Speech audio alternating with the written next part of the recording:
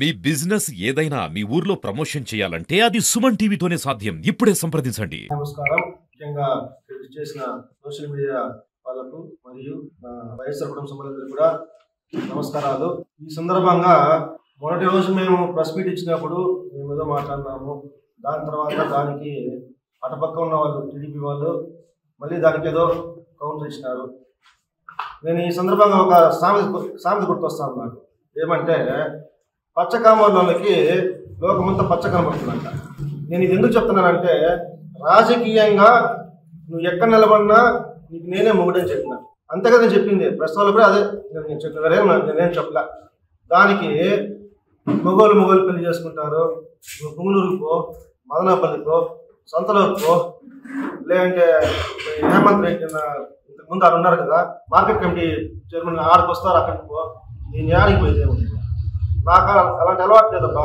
నేను అలాంటి వాడు కాదు. నీకేమైనా ఉందేమో నాకు తెలియదు. నువ్వేమైనా అలాంటి అలవాటు నీకు ఉందేమో. మొగోలు అలవాటు నాకైతే లేదు. నేను ఏం చెప్తున్నాను, పర్సనల్గా పోవద్దు అని చెప్తున్నాను. నువ్వు కావాలనే పర్సనల్గా పోతావు. నేను అంతగాడంట నాకు ఆడు ఒక ఫ్యామిలీ అంతా ఇంకో ఫ్యామిలీ ఉంది ఆడాడని చెప్తాను. నువ్వు దీపం పెట్టి చూసినావా చెప్పడు అడుగుతానా?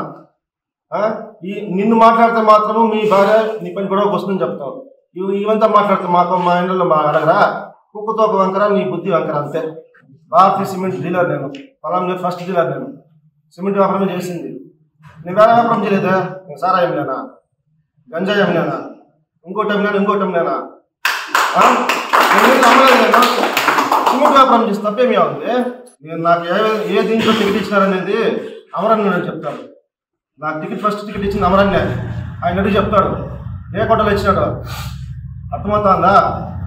దయచేసి ఇటువంటి వాళ్ళ దగ్గర అంతా మాట్లాడించి మీ వేలు మీరు పోగొట్టుకోవద్దండి. మమ్మల్ని వేలు అక్కడ చేయొద్దండి. మేము మా గురించి మాట్లాడితే మాకే వేలు తక్కువ. పందులు ఎవరు నేను పట్టించినా? మున్సిపాలిటీ వాళ్ళు వచ్చి పందులు పట్టుకొని పోతా ఉంటే నీ వార్డులో వాళ్ళు నువ్వు వాడికి చేసేదానికి యోగ్యత లేకపోతే నా దగ్గరకు వస్తే ఎక్కడ పోతాయని నేరుగా ముసలమ్మడు దగ్గర పోయి నేను బండి ఆపి ఆ పందులు వేసుకొని పోయేవాడు కూడా నాతోనే ఉన్నాడు. నేను ఒక్కడే పోయింటే నువ్వు అనుకోవచ్చు. ఆ ఎవడవైతే పందులు వేసుకొని పోతా ఉన్నారో ఆ పందులు వ్యక్తి కూడా నాతో కూడా బండిలో ఇద్దరం పోయి అక్కడ బండి ఆపి పందులు దింపమంటే వాడు దింపడానికి కుదరదంటే సరే కమిషనర్తో మాట్లాడదాము నువ్వు చేసినాం తప్ప నేను ఆ పందులోడి దగ్గర డబ్బులు తీసుకున్నానని అమ్మినానని తప్పులంతా పొంగుతావు. దానికి కూడా రా, కాణిపాకమైనా సరే మీ చర్చ అయినా సరే నేను రెడీ. ఇంకొకటి నా వార్డులో మాటలు కోసినానంటావు. నేను ఎక్కడ కొయ్యలేదే, కోసినట్టు ప్రూవ్ చేయి. ఒకడు ఇంటి మీద చింతమాను ఉంటే అది పడిపోతూ ఉంటే రికమెండ్ చేసిన, ఎక్కడ ఫారెస్ట్ రేంజ్ ఆఫీస్లో పోయి రికమెండ్ చేసిన. ఆ వార్డులో ఇంజనీర్ నేను ఎందుకునేది కొరగను కాదు. నేను యాజ్ ఎ కౌన్సిలర్గా నేను అక్కడ వాళ్ళకి సేవ చేయాలి కాబట్టి నేను పోయి రేంజ్ ఆఫీస్లో పోయి పర్మిషన్ తీసి ఇచ్చిన. వాడే కోసుకున్నాడు, వాడే అమ్ముకున్నాడు. దాంట్లో కూడా నేను తిన్నానంటావు. ₹1 కానీ ఒక్క ముక్క కానీ నేనేమన్నా తీసుకుంటే కూడా నేను రెడీ కాణిపాకం రావడానికి. నువ్వు వస్తావా? మాటలు నువ్వు ఆలోచించి మాట్లాడాలి కానీ నన్ను ఆలోచించి మాట్లాడమన్నద్దు. నేను ఎక్కడే కానీ ఎవరు మీ పర్సనల్ విషయాలు నేను ఎక్కడా మాట్లాడాల. మున్సిపాలిటీ ప్రజలందరి కోసం మాట్లాడినాను. మీకు నేర్పిస్తాను. మీరు ఎంతసేపు అమరాన్న మాకు అది నేర్పిలా అంటారు. కరెక్టే. మీరు చేస్తూ ఉండేది వ్యక్తిగత దూషణలకు వస్తున్నారు. వద్దు, మనము రాజకీయంగా మాట్లాడాలా. రాజకీయంగా నేను తప్పులు చేస్తే నువ్వు ఎత్తే నో ప్రాబ్లం. నాగరాజా వాడా వీడా అని మాట్లాడినాడు. అన్న ఇప్పుడు వస్తా ఉండేది. మేమేదో ఎప్పటి నుంచో ఉన్నాము. అన్న దాంట్లో పవర్ చూపిస్తాడు. అన్నకి ఏదో వార్డు ఇన్ఛార్జ్ ఇస్తామన్నారంట. మమ్మల్ని మాట్లాడితే అన్నకి ఏదో వార్డు ఇన్ఛార్జ్ ఇస్తామన్నారంట. అన్న అందుకని ఏదో మాట్లాడినాడు. మేము మాట్లాడాలంటే కూడా చాలా ఉన్నాయన్నా. అవి పత్రికా మూలకంగా మీడియాలో పెడితే చాలా ఇబ్బంది అవుతుంది. ఇంకా దాన్ని నీ విజ్ఞతగా వదిలేస్తాడా. దానిపైన మీ ఇష్టం. ఇంకా మాట్లాడాలంటే మళ్ళీ మేము అవన్నీ కూడా బయట పెట్టాల్సి వస్తుంది. దాని తర్వాత మీ ఇష్టం అన్న. నమస్తే. నేను గతంలో ఏదో బీఫ్ తోలనాలనేసి మీడియాలో మీరు కనీసం అంటే 6 ఏళ్ళు ముందు వచ్చింది రికార్డు ఇప్పుడు ఎత్తి మీరు ఫ్రెష్గా మీ టీడీపీ విలేకరు పాపం శ్యామన్న దగ్గర మాట్లాడించి వాయిస్ పెట్టించి నిన్ను ఫ్రెష్గా మీరు రిలీజ్ చేసినారు. చేయండి, తప్పేముండదే. నేను ఏసీ కంటైనర్ పెట్టినాను. నేను మీడియాస్లో వచ్చింది వాస్తవమే. మీ మాదిరి అబద్ధం చెప్పను. అది ఒరిస్సాలో పోలీసులు పెట్టింది వాస్తవమే. అది చెక్ చేసినారు. ఆ బఫెలో మీట్ ఎవరిదైనా ఈరోజు ఇండియాలో మొత్తము అలానా మీట్స్ అనేసి ఉండాలి. మీ పార్టీలకంతా నడిపించేదానికి గిఫ్ట్లు ఇస్తారు పాపం అలానా మీట్స్ అయినా. వైన్ చెక్ చేపించినాడు. బెఫెలో మీట్ అని తేలింది. బెఫెలో మీట్ అంటే ఎనుముల మీట్ అని. అది తెచ్చి మీ ఇంటికాడ ఏమి ఉడ్లు పెట్టి అమ్మలేదు నేను, అట్లా అమ్మేవాడు కదా. ఏసీ కంట్రోల్ పెడితే చేపలు, రొయ్యలు, మీటు, ఫ్రూట్ అన్నీ తోలుతాం నేను. దాంట్లో భాగంగా నేను వేసుకుని వచ్చాం చెన్నైకి. చెన్నై నుంచి అయితే విదేశాలు పోతుంది, జూ పార్కులు దాని దీనికి. ఆ మాట ఎత్తుకుంటే మొన్న వైజాగ్లో మీ పార్టీ ఎమ్మెల్యే కోల్డ్ స్టోర్లో 1,80,000 టెన్లు గవర్నమెంట్ దొరికింది. అది కూడా అదేనా అయితే చెప్పండి. ఏసీ బండ్లు పెడితే బెఫెలో మీట్ దొరికితే వైన్ అది చేయనట్లుగా, వైన్ అది చేయనట్లంటే నేను ఏసీ బండ్లు ఇది నేను చేయనట్లే కదా లెక్క. ఏసీ బండ్లు పెట్టేది అన్ని రోడ్లు తోలేదానికి. మొన్న కూడా గంటవరంలో పాపకి లివర్ ట్రాన్స్ప్లాంట్ చేసిన 40 లక్షలు అయ్యా సమే. 40 లక్షలు లివర్ ట్రాన్స్ప్లాంట్ చేసిన 40 లక్షలు ఇచ్చినాను నేనే. మీరు చేయండి ఇదే. ఆరోగ్యశ్రీ ఎత్తేయడం వల్ల ఈరోజు ఎంతమంది బాధపడుతున్న పేద ప్రజలు తెలుసునా?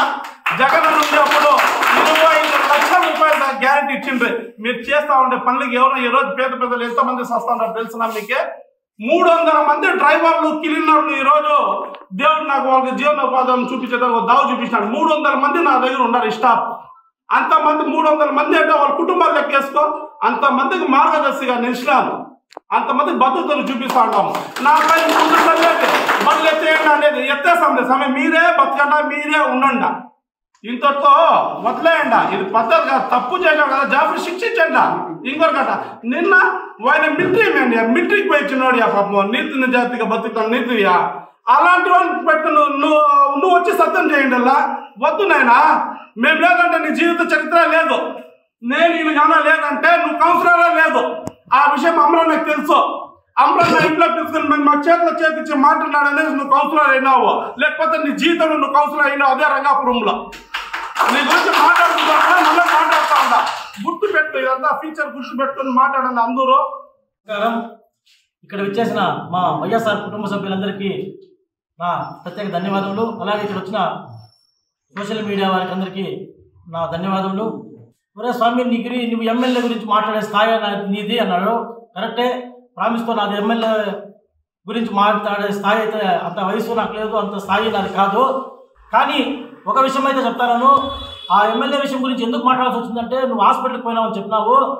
హాస్పిటల్కి పోయినప్పుడు నువ్వు వీడియో చేయడమో మర్చిపోయినట్టుండవు. వీడియో చూసినామంటే ఫస్ట్ మా ఎమ్మెల్యే గురించి ఎవరు మాట్లాడాలని తెలుస్తుంది. మా ఎమ్మెల్యే మీరు అర్ధ రౌండ్లో వెళ్ళిపోయినని చెప్పినందుకు గతంలో జరిగింది నేను చెప్పినా. మళ్ళీ దానికి నువ్వేం చెప్పినావంటే 4వ రౌండ్లో వెళ్ళిపోయిన నిజమా కాదా అంటే 4వ రౌండ్ కాదు 5వ రౌండ్లో బయట పోయినాము. అది కూడా చెప్తాను. బయట ఎందుకు పోయినామంటే కుప్పం కాన్స్టిట్యున్సీలో బూత్ ఏజెంట్లుగా ఉన్న కౌంటింగ్ ఏజెంట్లంతా బయట తరిమేస్తానని తెలిస్తే వాళ్ళకి మేము పరిగెత్తి పైకి పోయి వాళ్ళతో రిటర్నింగ్ ఆఫీసర్తో గొడవ పెట్టుకొని వాళ్ళ లోపల వదిలేసి మళ్ళీ వచ్చాం.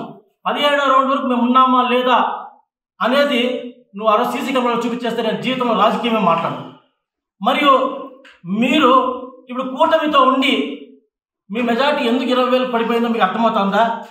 అంటే అప్పుడు మీరు చెప్పేది జనసేన వాళ్ళు మీకు ఓట్లు వేయలేదనా, బీజేపీ వాళ్ళు మీకు ఓట్లు వేయలేదనా, వాళ్ళు వేయకుండా మీరు గెలిచారని చెప్తారా? అది ఇంకా జనసేన వాళ్ళు ఆ బీజేపీ వాళ్ళు తెలుసుకోవాలా. త్వరలో వైసీపీ నాయకులంతా శ్రీకృష్ణుని జన్మస్థలం చేరుకునే రోజు దగ్గర పడినాయంటే అంటే ఏమంటే మమ్మల్ని అంతా ఆయన జైలుకి పంపిస్తానని బెదిరిస్తున్నాడు. అవునులే, అది నీకు అలవాటే. ఎందుకంటే గతంలో నీ వార్డులో ఎలక్షన్ జరిగినప్పుడు కొట్టించిన అధికారులు నన్ను. మళ్ళీ మన జగన్మోహన్ రెడ్డి గారు బంగారుపాలెం పర్యటన వచ్చినప్పుడు అప్పుడు నన్ను కొట్టించినారు. అంటే ఎవరైతే ఎక్కువగా మాట్లాడతారో నన్ను కొట్టిస్తాము, జన్మస్థలానికి శ్రీకృష్ణ జన్మస్థలానికి బెదిరిస్తున్నారు. దీన్ని బట్టి అర్థం చేసుకోవాలా రాజకీయం ఆడిపోతుంది. అంటే ఒక ప్రశ్నిస్తే వాళ్ళని జైలుకి వేపిస్తామని ఇండైరెక్ట్గా మా వైసీపీ నాయకులను అయితే కార్యకర్తలను అయితే బెదిరిస్తున్నారు. నీ బుడ్డా బెదిరింపులకి ఎవడు భయపడము. సబ్జెక్ట్ మీరు ఏమి కౌంటర్ అంటే సబ్జెక్టే ఇవ్వాలి.